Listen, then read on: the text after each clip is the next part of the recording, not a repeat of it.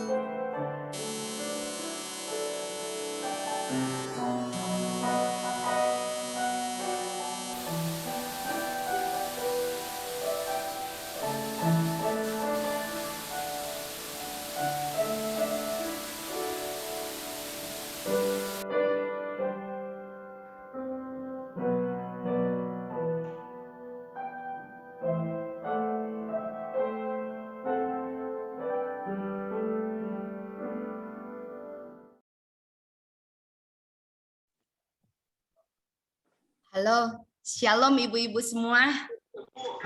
Bagaimana kabar ibu-ibu semua? Pasti baik, luar biasa ya. Betul, dalam penyertaan Tuhan kita yang begitu baik, yang begitu besar, pasti anugerahnya selalu melimpah buat setiap kita.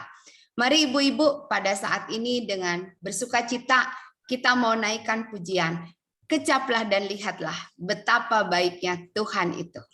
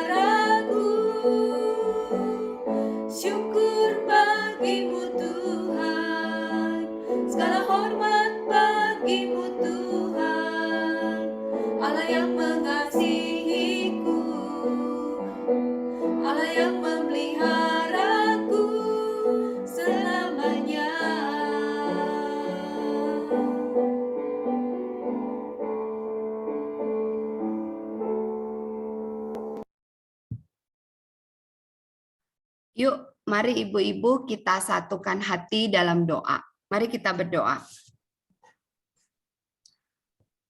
Tuhan, siapakah kami sehingga kami dilayakkan menjadi anak-anak kesayangan-Mu? Kami bersyukur untuk kasih-Mu yang begitu besar, sehingga kami pada saat ini dapat menghampiri tahta-Mu yang kudus. Tuhan, kami juga mohon ampun jika selama ini kami menjadi murid yang kurang peka akan dosa-dosa kami. Ampuni kami ya Tuhan. Pada saat ini juga kami rindu untuk menikmati lawatan Tuhan dalam hati kami. Mari Tuhan, bekerjalah seluas-luasnya dalam hati kami. Kami juga mau menyerahkan ibadah kami dari awal hingga akhir ke dalam tangan Tuhan. Dalam nama Tuhan Yesus kami berdoa dan mengucap syukur. Amin. Ibu-ibu, kita sungguh bersyukur ya, kita boleh mengenal Allah yang begitu mengasihi kita. Allah kita bukan Allah yang jauh, tetapi Allah yang selalu dekat, bahkan mengerti setiap pergumulan kita. Mari kita angkat pujian, Bapa yang mengasihiku.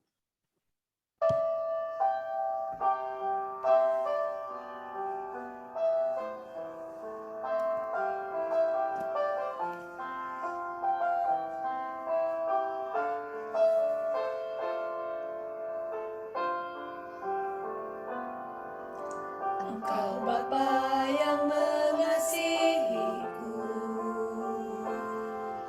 tak kau pandang bentuk dan rupaku.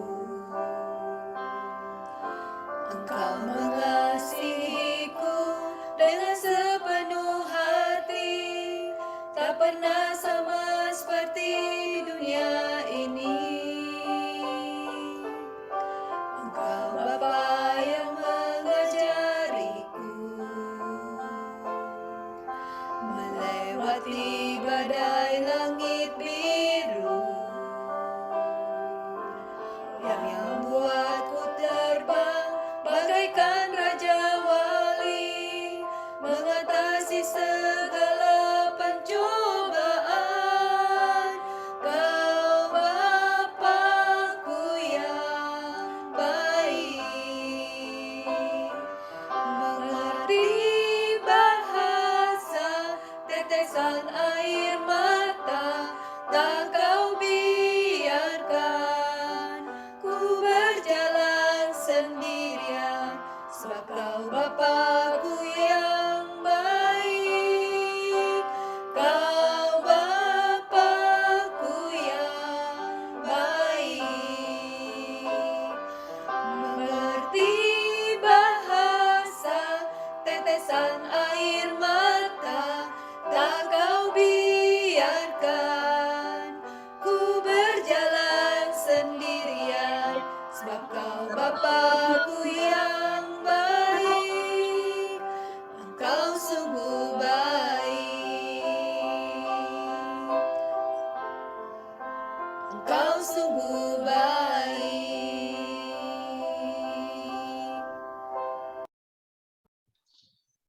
Doa syafaat akan dibawakan oleh Ibu Ida. Waktu dan tempat saya persilahkan. Selamat pagi Ibu-Ibu, senang kita bisa berkumpul ya Ibu-Ibu. Saat ini kita akan menaikkan beberapa pokok-pokok doa. Yang pertama kita berdoa untuk pelonjakan kasus COVID varian Omicron yang makin meningkat. Kita doakan untuk kesehatan dan juga untuk masyarakat yang ada di Indonesia ini, biarlah mereka sadar akan 5M ya, dan juga doakan untuk kondisi perekonomian, pendidikan, aktivitas sosial. Kita doakan agar kita serahkan ke dalam tangan Tuhan, kita mengandalkan Tuhan saja. Mohon belas kasihan Tuhan agar COVID ini bisa dipulihkan dan situasi bisa kembali dengan normal. Mari kita bersatu di dalam doa untuk pelonjakan kasus Omikron ini. Bapa di dalam surga, kami mau berdoa ya Tuhan untuk bangsa ini yang dimana akhir-akhir ini kasus Omikron begitu pesat melonjak ya Tuhan. Kami menyerahkan ke dalam tangan-Mu. Kami mau berdoa bagi setiap kami, juga masyarakat Indonesia, agar kami begitu memperhatikan diri kami masing-masing, kesehatan kami, menjaga protokol kesehatan ya Tuhan. Tuhan, tolonglah kami ya Tuhan. Tuhan yang menolong, baik itu dalam pendidikan, perekonomian, kesehatan, semuanya itu berdampak ya Tuhan. Kami mau menyerahkan bangsa ini agar masalah kasus COVID ini, kalau boleh ya Tuhan, biarlah segera berlalu. Kami hanya berharap kepada Tuhan, kami hanya meminta belas kasihan Tuhan. Tuhan pulihkan, Tuhan, keadaan bangsa kami. Terima kasih ya Tuhan, kami menaikkan doa kami selanjutnya ke dalam tangan Tuhan. Yang kedua, kita berdoa untuk gereja kita, gereja GKI Greenfield. Kita berdoa untuk gereja ini biarlah menjadi terang dan garam, di mana kita telah dipersatukan oleh Tuhan. Dan kita adalah gerejanya. Doakan untuk pertumbuhan kerohanian jemaat Tuhan, agar semakin hari semakin bertumbuh, dan doakan program-program kerja yang telah dibuat oleh para pengurus majelis, agar semuanya dapat berjalan sesuai dengan kehendak Tuhan, dan untuk kemuliaan bagi nama Tuhan saja. Mari kita satukan hati, kita berdoa untuk gereja kita. Bapa yang di surga, kami mau berdoa ya Tuhan untuk gereja kami, gereja GKI Greenfield. Kami sungguh bersyukur kami ada di tengah-tengah gereja ini ya Tuhan. Tuhan, kami mau berdoa ya Tuhan, agar kami gereja Tuhan boleh menjadi terang dan garam di tengah-tengah lingkungan kami ya Tuhan. Tuhan, tolonglah kami ya Tuhan untuk dapat dipakai Tuhan menjadi alat di tangan Tuhan. Dan kami mau berdoa ya Tuhan untuk pertumbuhan kerohanian jemaat-Mu ya Tuhan, agar semakin hari semakin bertumbuh. Dan kami mau berdoa untuk program-program kerja yang telah dibuat dan telah diatur sedemikian untuk para majelis dan para pengurus yang menjalankannya. Tuhan memberikan hikmat bijaksana agar semua program ini dapat berjalan dengan baik sesuai dengan kehendak-Mu. Kiranya Tuhan yang memberkati ya Tuhan gereja kami. Dan terima kasih, dan kami juga nanti tanggal 13 Februari nanti gereja kami akan merayakan HUT. Tuhan, biarlah semakin bertambah usia gereja ini, semakin bertambah cintanya anak-anak Tuhan kepada Tuhan. Terima kasih Tuhan, kami mau serahkan ke dalam tangan-Mu. Terpujilah nama-Mu, dalam nama Tuhan Yesus kami berdoa. Yang ketiga, kita juga mau berdoa untuk hamba-hamba Tuhan yang melayani di gereja kita. Doakan untuk Gembala Bapak Pendeta David Chiu, untuk para hamba-hamba Tuhan yang lain, dan juga untuk keluarga mereka.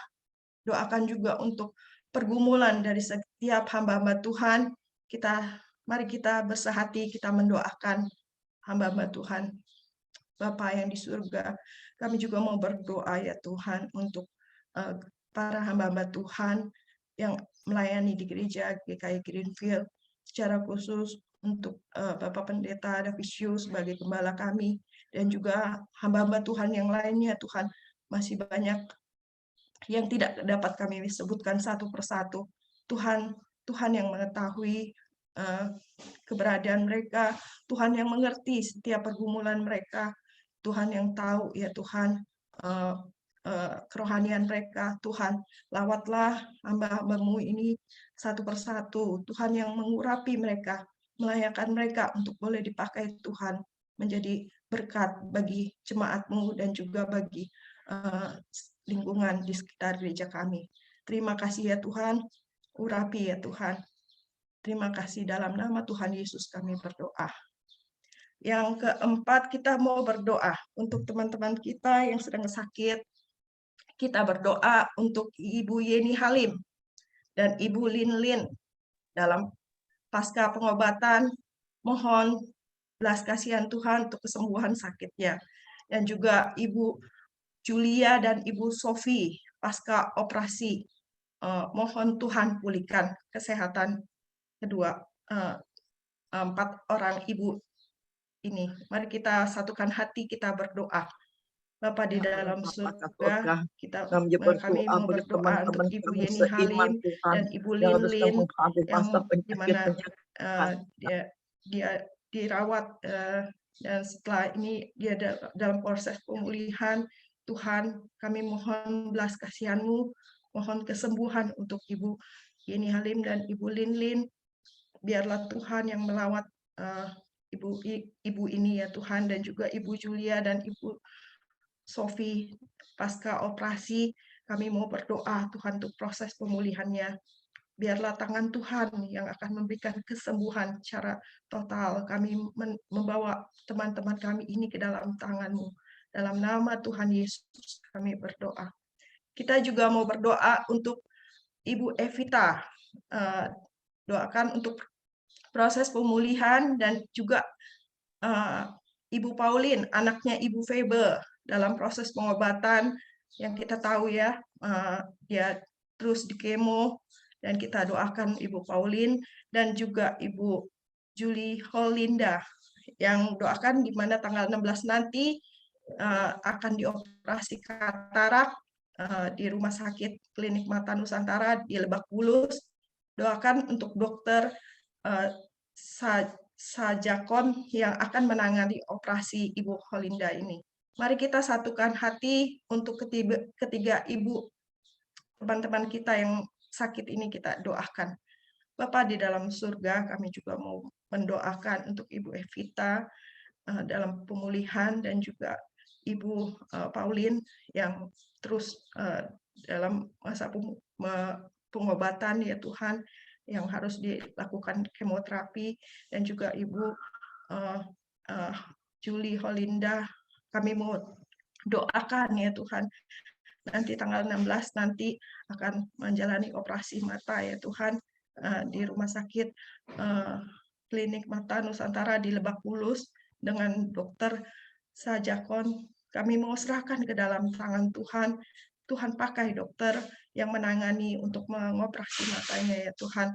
Kami mohon belas kasihan-Mu, kami mohon turut campur tangan Tuhan agar teman-teman kami yang baik yang sakit Tuhan sembuhkan, yang dalam proses pemulihan Tuhan pulihkan kesehatan mereka satu persatu.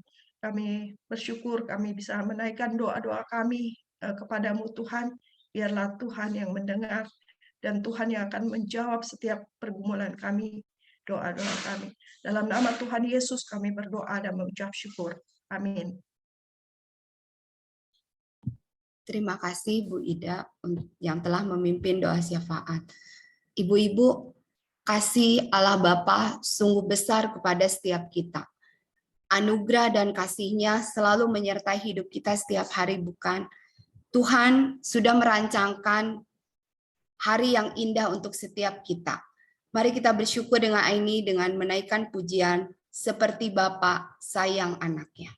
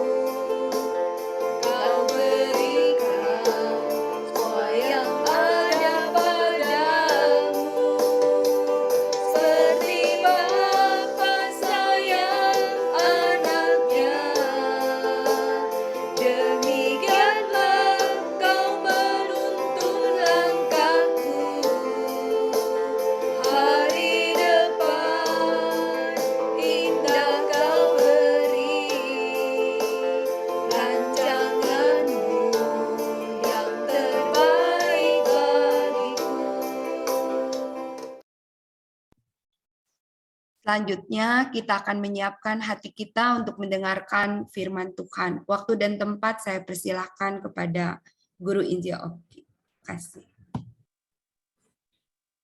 Baik, terima kasih Ibu semuanya ya. Bersyukur hari ini kita bisa kembali untuk bersekutu meskipun kembali lewat Zoom ya, tapi biarlah ini tidak menghalangi kita untuk bisa beribadah ya, beribadah kepada Tuhan, lalu bisa bersekutu dengan saudara-saudara seiman dan juga untuk bisa belajar Alkitab sama-sama ya. Nah, sebelum kita akan membaca firman Tuhan, saya undang kita kembali masuk dalam doa, minta Tuhan boleh pimpin kita ya untuk bisa konsentrasi mendengar firman dan bisa melakukannya ya. Mari kita berdoa. Ya Tuhan, kembali kami mohon untuk pimpinan Tuhan, waktu ke depan kami ingin sama-sama membaca, merenungkan firman Tuhan. Kiranya Tuhan sendiri yang berkata-kata kepada semua kami, dan semua kami baik yang mendengar maupun menyampaikan firman Tuhan, kami sama-sama belajar untuk bisa memahami dan melakukan firman Tuhan dalam hidup kami. Terima kasih Tuhan, tenangkan hati kami, dan kiranya Engkau lembutkan hati kami untuk bisa mendengar dan melakukan firman Tuhan.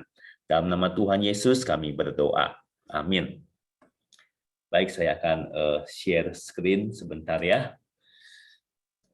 Hari ini tema yang diberikan kepada saya adalah tentang perumpamaan dua orang anak. Ya, dua orang anak, dan saya undang kita baca satu bagian firman Tuhan ya dari Matius pasal yang ke-21. Matius pasal 21 ayat yang ke-28 sampai dengan ayat 32. Matius pasal yang ke-21 ayat yang ke-28 sampai 32. Kalau sudah mendapatkan, maka saya akan bacakan bagi kita sekalian, harap ibu-ibu boleh menyimaknya juga ya. Perumpamaan tentang dua orang anak. Tetapi apakah pendapatmu tentang ini? Seorang mempunyai dua anak laki-laki. Ia pergi kepada anak yang sulung dan berkata, "Anakku, pergi dan bekerjalah hari ini dalam kebun anggur." Jawab anak itu, "Baik, Bapak." Tetapi ia tidak pergi. Lalu orang itu pergi kepada anak yang kedua dan berkata demikian juga.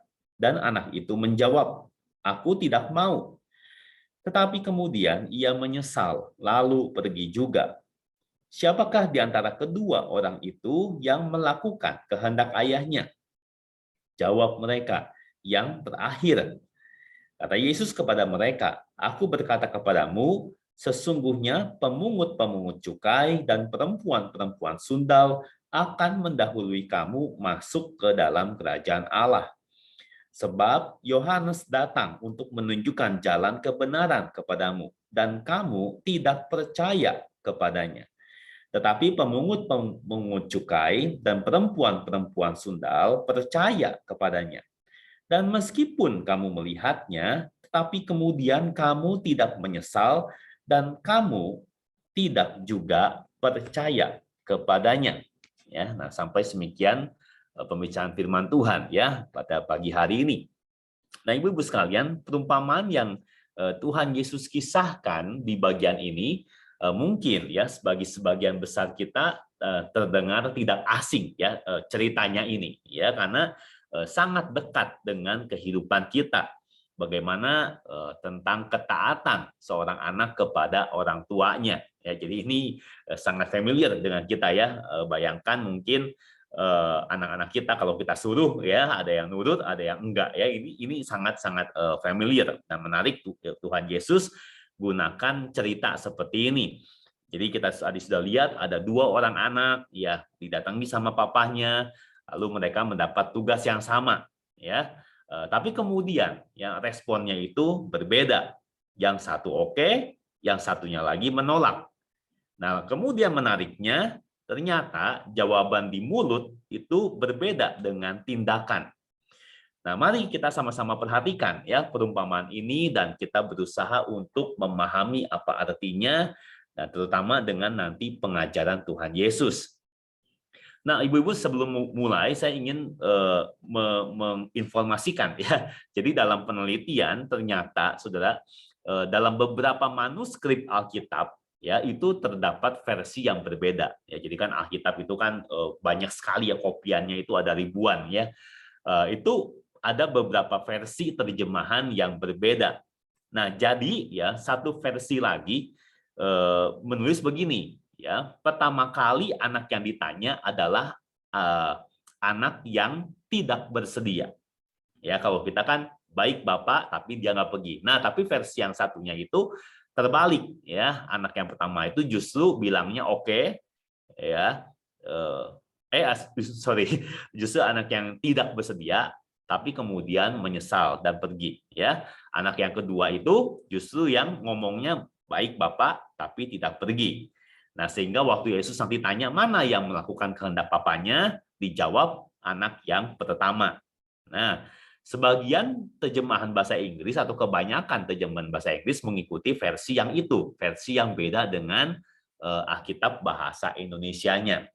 Dan saya akan ikut versi yang itu ya, yang berbeda karena walaupun sama saja ya tidak berubah artinya, tetapi nanti kita lihat saya rasa lebih nyambung ya dengan isi ajaran Tuhan Yesus di bagian akhir ya. Jadi saya pakai versi yang satu lagi itu ya. Nah, jadi dibuka dengan kisah seorang ayah punya dua anak laki-laki. Ya, dia mendatangi yang sulung, lalu menyuruhnya untuk pergi dan bekerja di kebun anggur. Nah, anak itu menjawab, "Aku tidak mau." No, ya, aku tidak mau. Nah, ibu-ibu bisa bayangkan ya bagaimana perasaan sang ayah. Ya, itu perasaan ditolak ya, tidak selalu mudah untuk bisa diterima. Saya sebagai papa bisa membayangkan ya, tentu ya ada perasaan kecewa. Ya, kenapa anak ini tidak mau nurut sama saya? Ya mungkin juga ada amarah ya karena seakan menentang otoritas gitu ya. Jadi saya bisa bayangkan kalau saya bilang sama anak-anak saya menyuruh sesuatu mereka nggak mau, itu bukan sekedar seperti pilihan gitu ya, tapi ada seperti otoritas itu ditentang ya. Ada juga pasti sebuah kesedihan ya.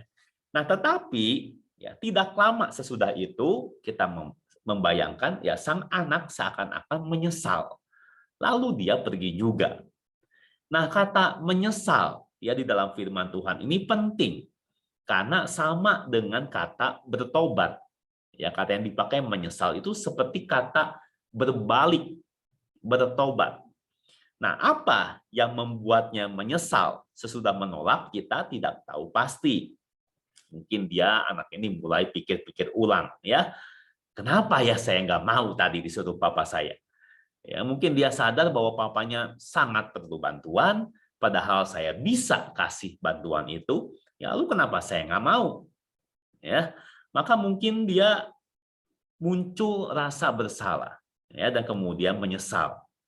Tapi kemudian tidak hanya berhenti sampai perasaan menyesal, ya, perasaan yang berubah, dia mengambil suatu tindakan. Dia pun pergi, ya, bekerja di kebun anggur ayahnya. Nah, jadi tindakannya itu membuktikan perasaan menyesalnya, begitu ya. Nah, bagaimana dengan anak yang kedua? Anak yang kedua menjawab, "Baik, Bapak." Saya percaya ini jawaban yang kita semua mau ya kalau kita menyuruh anak kita, ya bukan? Ya, jadi jawaban singkat, baik Bapak ya atau baik Mama ya. Tapi sudah cukup membuat hati kita senang. Ya mungkin dalam hati kita akan berkata, nah gitu dong kalau jadi anak kita ya. Ya mungkin lalu kita bisa berpikir-pikir memang anak tuh beda-beda ya. Ya, ada yang nurut, ada yang enggak. Nah, ini tipe yang sopan, ya, penurut, hormat sama orang tua. Nah, anak kayak gini yang biasanya akan kita banggakan, ya. Tetapi kemudian apa yang terjadi? Anak itu tidak pergi, ya. Jadi kata-kata indah yang menyenangkan hati kita itu hanya menjadi sebuah janji manis di mulut, di dalam bibir. Janji tinggal janji. Ya, tetapi anak ini ternyata tidak melakukan apa yang dia katakan. Nah, ibu-ibu sekalian, apa yang kita rasakan sebagai orang tua kalau punya anak kayak begini? Ya tentu tadi ya, sedih, kita marah, kita kecewa. Tetapi saudara, beda dengan respon anak pertama. Ya, kali ini saudara, saya rasa kita merasa tertipu. Betul ya? Kita merasa dibohongi. Nah, beda sama anak yang pertama, dia bilang tidak mau, tapi dia akhirnya pergi. Ya, kita nggak merasa dibohongi. Ya. Tapi kalau tadi yang kedua ini, dia bilang oke, tapi dia nggak pergi, saudara, kita pasti merasa tertipu. Lebih baik bilang aja seperti anak yang pertama tadi, bahwa kamu nggak mau, daripada iya di depan, tapi sebetulnya dalam hati tidak mau. Betul tidak? Ya, saudara, kita akan bertanya-tanya, kenapa kamu mesti pura-pura? Nah, saudara, jadi ini perasaan tertipu, perasaan sakit hati. Saudara, lebih baik kamu ngomong terus terang dari awal. Nah, lalu Yesus bertanya, ya, siapakah di antara kedua anak ini yang melakukan kehendak ayahnya? Atau dengan kata lain, siapa yang lebih nurut? Yang mana yang menurut kamu anak yang taat dengan kehendak papanya? Nah, pasti jawabannya sudah jelas, ya. Yang pertama, ya. Nah, tapi sebetulnya kalau dipikir-pikir, apakah anak yang pertama itu betul-betul baik? Ya, enggak juga. Ya, respon yang paling tepat itu bagaimana? Ya, kalau sang anak itu bilang baik Bapak, lalu dia pergi bekerja di kebun anggur, itu respon yang ideal. Ya, jadi kedua respon anak ini bukan respon yang tepat. Tapi kalau mau dibandingkan, ya tentu respon anak pertama yang lebih tepat. Karena ada penyesalan, ada pertobatan, dan dia akhirnya taat kepada sang ayah. Nah, lalu, sesudah selesai cerita ini, maka Yesus menunjukkan maksud dari perumpamaan ini, ya, di ayat yang ke-31. Sesungguhnya, pemungut-pemungut cukai dan perempuan-perempuan sundal akan mendahului kamu masuk ke dalam kerajaan Allah. Ya. Nah, saudara, dalam perumpamaan ini, Yesus membandingkan respon antara dua orang anak kepada kehendak papanya. Kemudian dia mengartikan atau memaknai cerita tersebut dengan membandingkan dua kelompok, yaitu kelompok pendengar, ya, dan satu kelompok lagi adalah kelompok pemungut cukai dan perempuan pelacur. Nah, sekarang lihat siapa pendengarnya, ya. Kalau kita baca perikop sebelumnya, ya, maka Yesus itu sedang berbicara dengan para imam kepala dan tua-tua bangsa Yahudi. Ya, artinya siapa kelompok ini? Yaitu kelompok para pemuka agama, para pemimpin Israel, orang-orang yang sangat dihormati oleh seluruh bangsa Yahudi. Ya, saudara, mereka ini adalah orang-orang yang bisa dibilang paling mengerti hukum Taurat, yang menegakkan moralitas, menjadi panutan, menjadi contoh bagi semua rakyat. Nah, tiba-tiba Yesus membandingkan kelompok ini, ya saudara, dengan kelompok kedua, yaitu siapa? Dengan para pemungut cukai dan pelacur, perempuan sundal. Nah, dua profesi ini adalah profesi yang dianggap paling kotor, yang dianggap paling berdosa.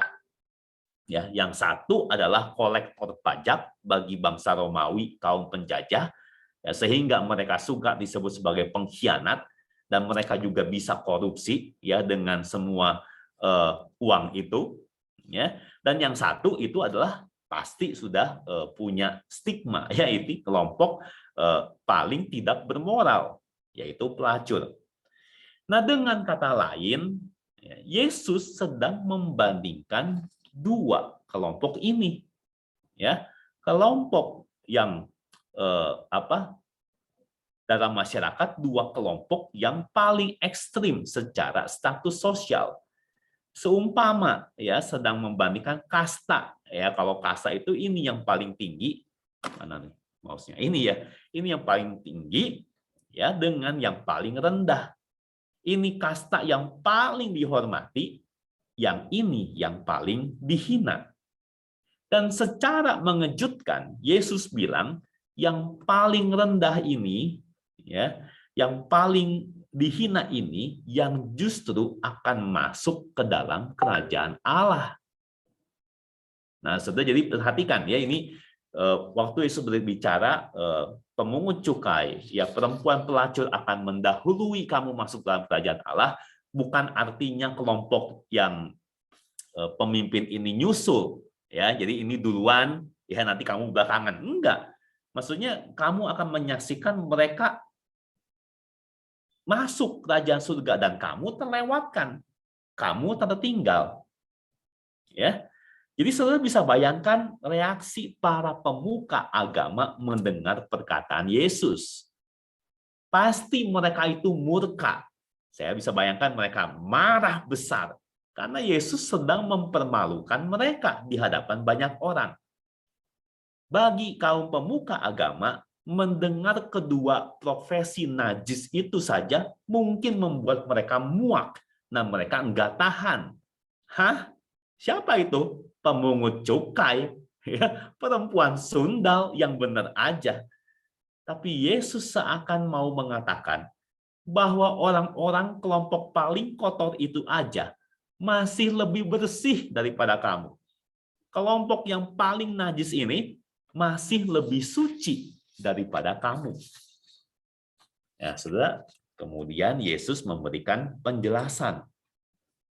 Sebab Yohanes, ya, Yohanes Pembaptis ya datang untuk menunjukkan kebenaran kepadamu dan kamu tidak percaya kepadanya.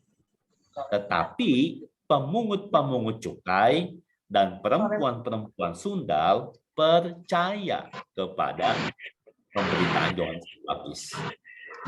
Nah, jadi saudara, ini yang Yesus maksudkan, ya. Yohanes Pembaptis sudah memberitakan di padang gurun bahwa kerajaan Allah sudah dekat dan dia menyerukan untuk pertobatan. Dan kita sudah membaca, kalau kita baca Alkitab ya, Yohanes itu menjadi terkenal. Dikatakan semua orang di Yerusalem datang kepadanya dan mendengar khotbahnya, termasuk kedua kelompok tadi. Namun, ya, para pemimpin agama Yahudi tidak percaya kepada pemberitaan Yohanes. Sementara kelompok yang najis tadi, ya, mereka justru menjadi percaya kepadanya. Nah, saya rasa ya kata percaya ini ya kita mesti tafsirkan sebagai bahwa mereka menunjukkan iman yang sejati. Artinya apa? Artinya bahwa kelompok yang dikenal pendosa ini bukan cuma mengakui dosanya, bukan cuma menyesalinya, tapi mesti ada pertobatan. Mereka meninggalkan jalannya yang berdosa. Nah, iman yang mereka miliki pasti bukan hanya di mulut, ya, tetapi mereka mengubah perilaku, mengubah jalan hidup mereka. Dan kalimat terakhir Tuhan Yesus itu sesuatu yang sebetulnya sangat menohok. Meskipun kamu melihatnya, tetapi kemudian kamu tidak menyesal dan kamu tidak juga percaya kepadanya. Artinya apa? Yesus berkata, meski kamu, ya orang-orang pemimpin agama ini, melihat ada perubahan dalam hidup mereka, ada pertobatan yang sungguh-sungguh, kamu sama sekali tidak ikut menyesal. Kamu tetap mengeraskan hati dan tidak mau percaya. Jadi ibu-ibu ini yang terjadi, ya. Mereka sudah mendengar pemberitaan kebenaran. Mereka juga sudah menyaksikan dengan mata kepala sendiri bahwa kuasa Tuhan yang menyertai pemberitaan itu sanggup mengubah kehidupan manusia berdosa. Tetapi ironisnya, mereka tetap tidak mau percaya dan mereka tidak bertobat. Nah, sampai sini ya, maka pelajaran apa yang bisa kita tarik ya dari bagian firman Tuhan yang kita baca hari ini? Ya. Nah, Ibu sekalian, yang pertama ya yang saya rasa kita bisa lihat ya, kita mesti waspada dengan bahaya kemunafikan. Nah, kalau kita tadi baca ya perbandingan antara pemimpin agama Yahudi dengan para pemungut cukai, perempuan pelacur. Nah, saya percaya ya kita yang mungkin rata-rata sudah sering baca Alkitab, dengar cerita Alkitab, kita punya kecenderungan langsung negatif. Betul ya, langsung negatif dengan para pemimpin, lalu kita positif dengan para pendosa. Ya. Nah, kali ini saya ingin kita mencoba menghayati ya cerita ini. Ya, mencoba kita bayangkan kita ada di masa lalu ya, waktu peristiwa ini betul-betul terjadi. Saudara, kalau kita ada melihat Yesus mengatakan kalimat ini saat itu, ya kita pasti melihat ini sebuah perkataan yang revolusioner. Ini perkataan yang sangat mencengangkan. Kita tidak habis pikir bagaimana mungkin orang-orang yang terlihat sangat rohani seperti ini ya tidak masuk surga. Sedangkan orang-orang yang nyata-nyata brengsek itu ternyata bisa diterima oleh Tuhan. Nah, saudara, maka kita tahu bahwa jelas orang-orang ini ya adalah orang-orang yang munafik. Kita tahu ya, kita belajar ternyata status rohani seseorang belum tentu menunjukkan kerohaniannya.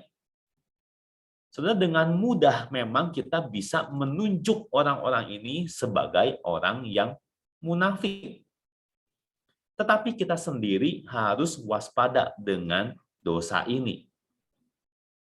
Saudara, kalau kita pikir-pikir, ya kenapa orang-orang pemuka agama Yahudi ini keras hatinya? Dan kenapa mereka tidak mau bertobat? Kenapa sulit sekali untuk melepas dosa kemunafikan? Nah, saudara, mungkin pertanyaan yang tidak kalah penting, ya.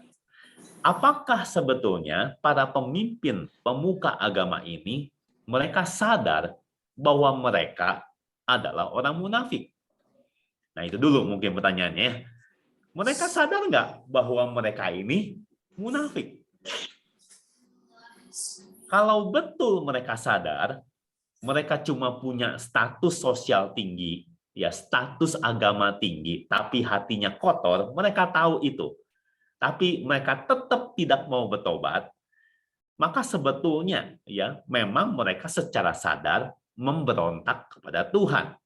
Betul nggak? Ya, memang kurang ajar, memang sengaja membangkang.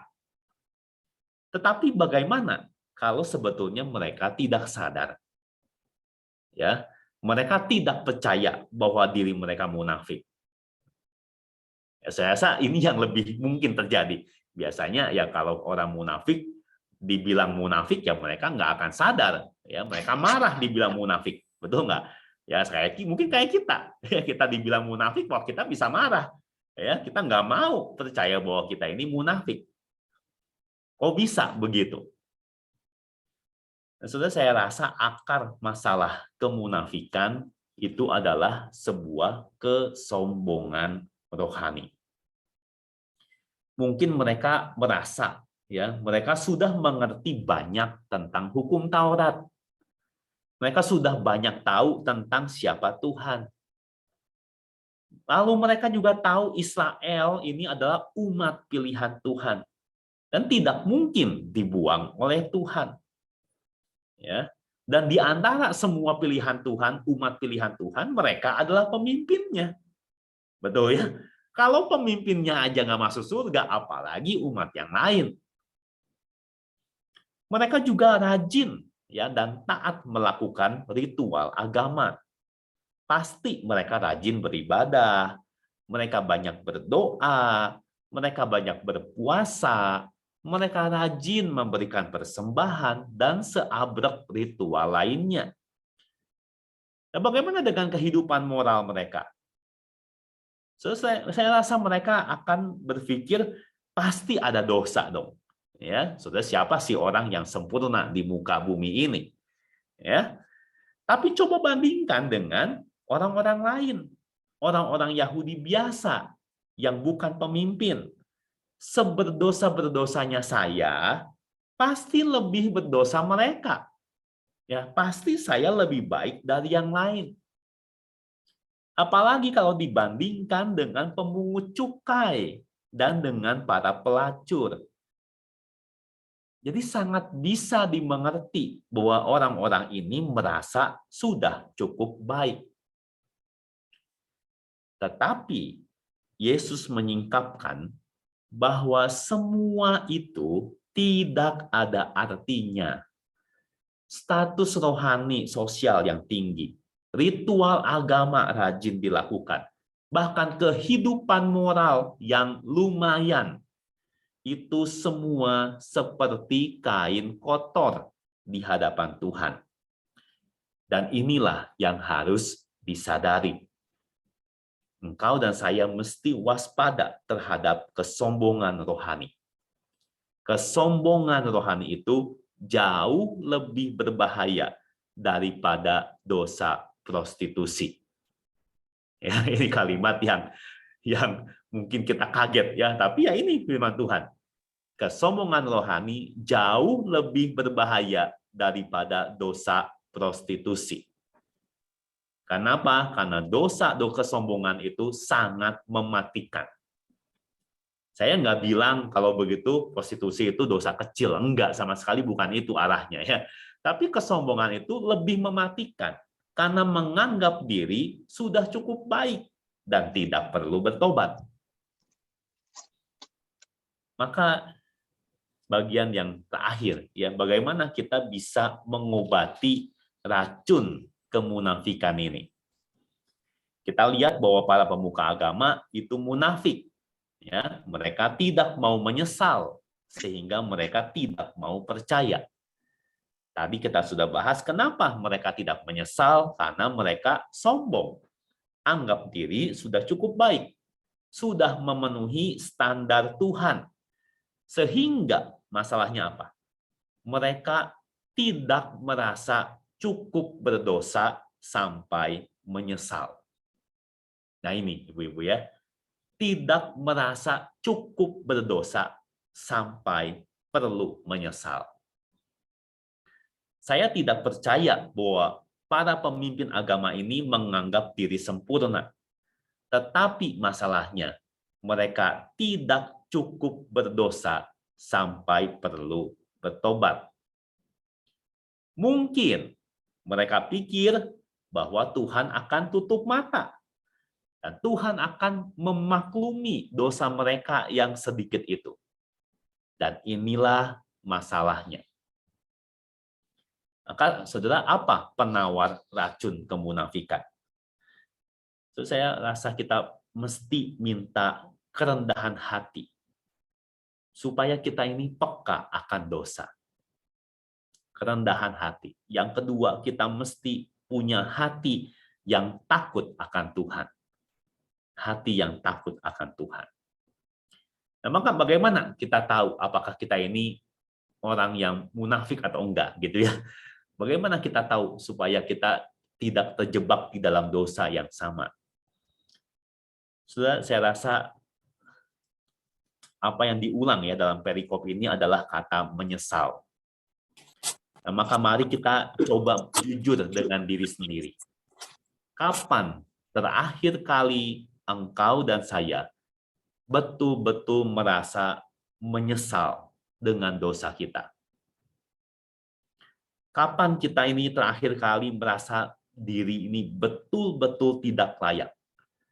Dan kita ini sampai tidak bisa berubah, dan sampai kita ini betul-betul membutuhkan anugerah Tuhan. Ataukah sebetulnya yang sering terjadi adalah kita hanya tertegur sedikit, ya. Kita memang pernah lah ditegur oleh firman Tuhan, dengar khotbah mungkin orang lain, saudara seiman bicara menegur kita, tapi mungkin hanya sedikit. Lalu firman Tuhan itu lewat gitu aja. Hati nurani kita hanya terusik sebentar, tapi cuma terusik, tidak tertusuk. Kita tidak biarkan Roh Kudus itu betul-betul menginsyafkan diri kita akan dosa. Lalu kita cepat-cepat meyakinkan diri, ya Tuhan itu murah hati kan, ya. Kita langsung aja tinggal minta ampun atas dosa kita. Padahal tanpa ada sedikit pun penyesalan dan mau bertobat.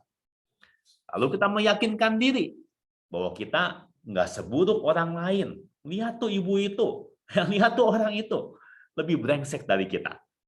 Dosa kita kecil, ya. Lalu kita ingat-ingat, wah kita sudah melayani Tuhan. Pengalaman pelayanan kita banyak, sudah lama, ya paling lama di gereja, gitu ya. Lalu kita sudah berkontribusi banyak untuk gereja, sudah kasih banyak persembahan. Saudara, mari kita hati-hati dengan kesombongan rohani seperti ini.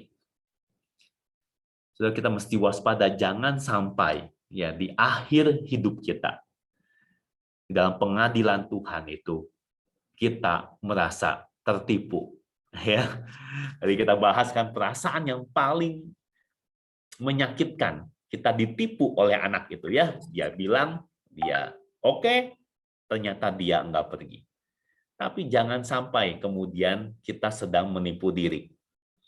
Ya, saya percaya nanti di akhir zaman akan banyak ya tipuan. Kita merasa orang-orang ini paling jahat, paling brengsek, nggak mungkin masuk surga. Ternyata mereka ada di surga. Kita tertipu, ya. Tapi yang paling tertipu yaitu waktu kita merasa orang-orang ini baik, ya, ketua, wah di gereja paling tinggi, jabatan paling bagus, ya, kelihatan paling rohani. Ternyata nggak masuk surga. Kita tertipu. Ya, tapi paling celaka adalah waktu kita berpikir kitalah yang paling pantas masuk surga. Tapi enggak. Kita sedang menipu diri sendiri. Nah, biarlah renungan kita hari ini ya menyadarkan diri akan bahaya dosa kemunafikan. Tuhan sangat benci dosa ini. Tapi celaka kalau kita mungkin juga sedang terjebak dalam dosa ini, tapi kita tidak menyadarinya. Kiranya Tuhan berbelas kasihan, memberikan kita hati yang lembut untuk kita bisa mengenali dan mengakui dosa kita. Kita bisa segera menyesalinya, dan kita cepat-cepat bertobat kepada Tuhan. Mari kita masuk dalam doa.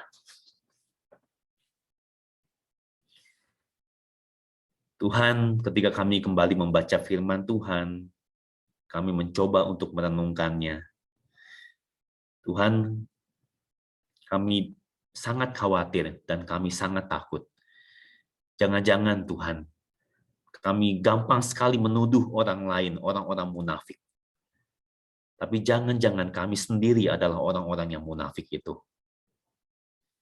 Tuhan, kami takut sekali. Kalau kami begitu rajin beribadah dalam gereja, kami banyak baca Alkitab, kami banyak terlibat dalam pelayanan, kami banyak kasih persembahan. Tetapi kalau semuanya itu ternyata tidak dibarengi dengan hati yang takut akan Engkau, kalau ternyata itu hanya memupuk kesombongan rohani kami, tapi kalau kami hampir-hampir jarang sekali menyesali dosa kami dan tidak bertobat kepada Engkau, oh Tuhan, tolong kami. Berbelas kasihanlah kepada kami ya Tuhan. Tolong supaya kami terus punya hati yang rendah, hati yang takut akan Engkau. Bawa kami Tuhan untuk bisa lebih banyak menangis. Bukan menangis akan penderitaan. Bukan menangisi sesuatu yang sia-sia. Tapi menangis atas dosa kami. Tolong Tuhan supaya Engkau boleh memperbanyak pertobatan itu dalam hidup kami. Terima kasih ya Bapa. Di dalam nama Tuhan Yesus, kami berdoa. Amin. Terima kasih kepada Pak Oki yang sudah menyampaikan firman Tuhan yang begitu indah ya Ibu-Ibu. Sebentar, kepada setiap kita akan diberi kesempatan untuk membawa persembahan yang terbaik bagi Tuhan. Mari Ibu-Ibu kita membawa persembahan kita sambil mengangkat pujian persembahanku.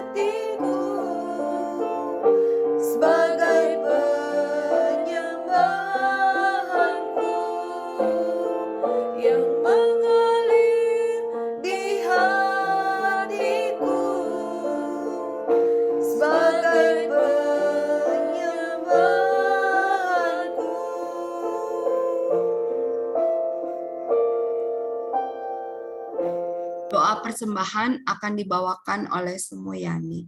Waktu dan tempat saya persilahkan. Mari kita berdoa. Ada banyak hal yang telah Tuhan buat di dalam kehidupan kami. Pimpinan, penyertaan, berkat yang Engkau nyatakan bagi kami begitu sempurna. Kami bersyukur Tuhan, karena kami punya Allah yang begitu memperhatikan kami. Allah yang tidak pernah meninggalkan kami. Pada pagi hari ini, kami datang dengan penuh ucapan syukur. Kami juga memberikan persembahan kami. Dan kami rindu ya Bapa, biarlah persembahan ini dapat dipakai untuk pelayanan bagi gereja Tuhan.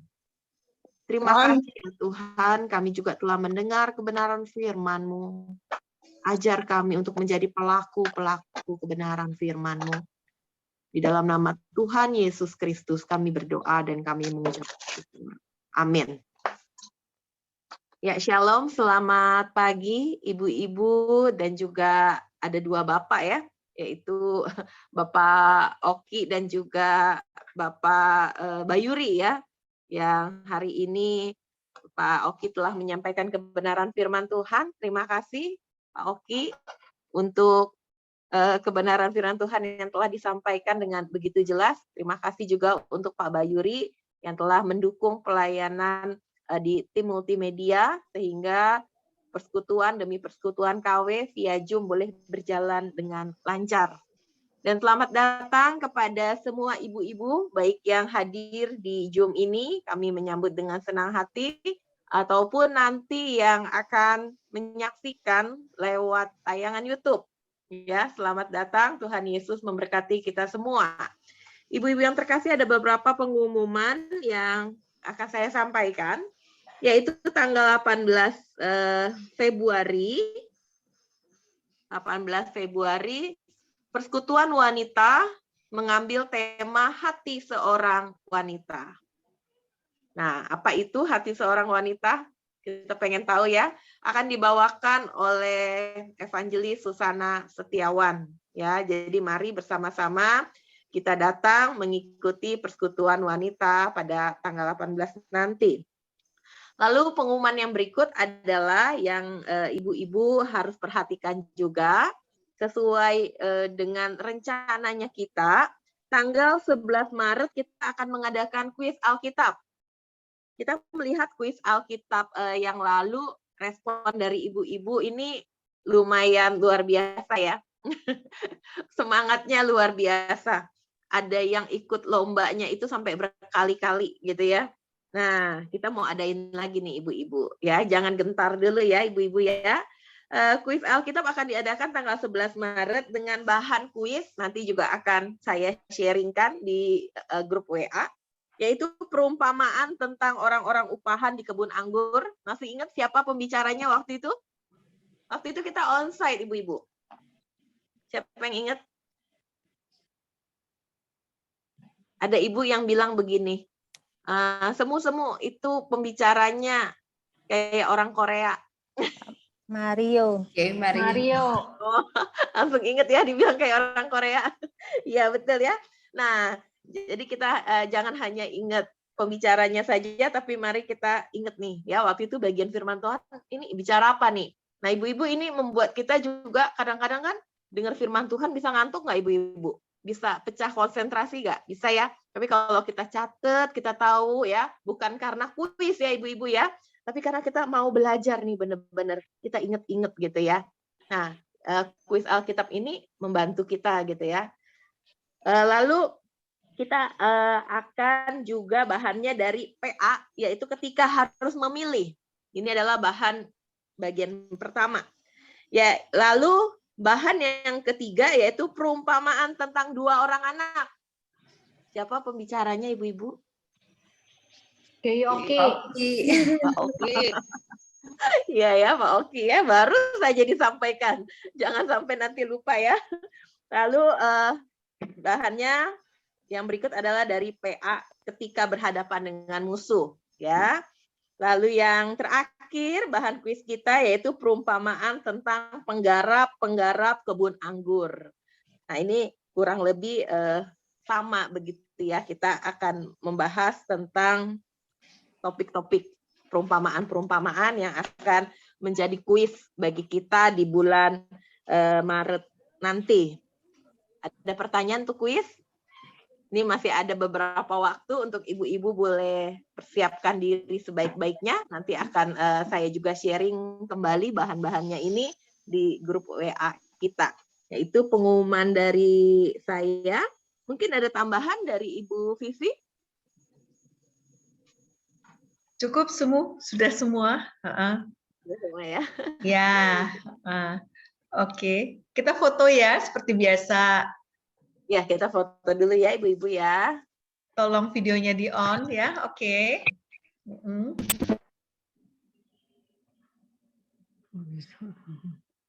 Oke ya, saya foto ya. Fotonya nggak bisa di on videonya. Video siapa yang nggak bisa di on? Video saya. Kita bantu dari sini. Dengan ibu siapa ya? Ibu Melan. Ibu Melan. Iya. Oke, Bu Melan dicoba. Iya. Oke, sudah semua. Mana Melan udah on, mau difoto lagi? Oke. Mana Melan? Melan. Mana ya? Oh iya ya. Oke, sebentar saya foto lagi ya supaya dapat ya. 1, 2, 3. Oke. Oke, makasih. Terima kenannya. Tuhan berkati Pak Oki. Ya, Semua. ibu-ibu, ya terima kasih Pak Oki. Ibu-ibu yang terkasih, saya juga mau umumkan ini tentang Padu Saron ya. Kita bersyukur kalau kita tetap mengadakan latihan meskipun via online ya. Jadi ibu-ibu yang bergabung di kelompok Saron ataupun mereka yang belum bergabung tapi terbeban untuk melayani, mari bersama-sama kita bergabung di pelayanan paduan suara. Setelah Zoom, tidak usah keluar dulu, cukup matikan video dan audio. Nanti setelah waktunya, yaitu jam 11.30, langsung latihan. Dan juga untuk angklung kolintang, oleh karena kondisi COVID yang seperti ini, tadinya kita udah onsite latihan, tetapi saat ini belum bisa dan diliburkan terlebih dahulu. Nanti ada pengumuman lanjutan dari Sofi dan juga mungkin Tina nanti yang akan memberikan pengumuman atau informasi ya. Ya seperti itu ya Bu Vivi ya. Ya saat ini kita akan sehati, kita bersyukur kepada Tuhan, kita mau menutup persekutuan KW kita. Sekali lagi minta Pak Oki untuk memberikan kepada setiap kita nih doa berkat ya bagi KW-KW pada pagi hari ini. Baik, mari kita sama-sama tutup ya persekutuan kita dalam doa. Ya Tuhan, kembali kami bersyukur untuk pagi hari ini. Tuhan berikan kami kesempatan untuk sama-sama bisa bersekutu meskipun di dalam kondisi online. Tapi kami bersukacita melihat kehadiran saudara-saudara seiman kami Tuhan yang boleh bersama-sama memuji Tuhan, sama-sama berdoa kepadamu, sama-sama mendengar firman. Kami mohon Tuhan supaya Engkau boleh memberkati kehidupan kami selanjutnya di dalam masa pandemi ini Tuhan. Biarlah hati kami tetap terarah kepada Engkau. Kami tidak berfokus dengan apa yang terjadi dengan sekeliling kami, tapi hati kami boleh terus terfokus kepada Tuhan, mengenali Tuhan apa yang menjadi rencana Tuhan dalam masa-masa seperti ini. Jadikan kami berkat Tuhan bagi sesama kami dalam kondisi seperti ini. Sungguh Tuhan, kami terus berdoa supaya Tuhan boleh pakai kami, bahwa kami mengenali kehendak Tuhan, dan tolong supaya kami boleh terus berperang melawan dosa kami. Engkau berikan kami kuasa untuk boleh terus kami boleh bersandar kepada Engkau, diubahkan semakin serupa dengan Kristus. Terima kasih ya Tuhan, dan kiranya kasih karunia yang sempurna dari Allah Bapa, kasih cinta dari Tuhan Yesus Kristus, dan penyertaan Roh Kudus boleh beserta dengan kami dari saat ini sampai Tuhan Yesus datang kembali. Amin. Amin. Terima Thank you, kasih. Oki. Amin. Terima kasih semua. God bless. God bless ya. Yes. Saya live ya.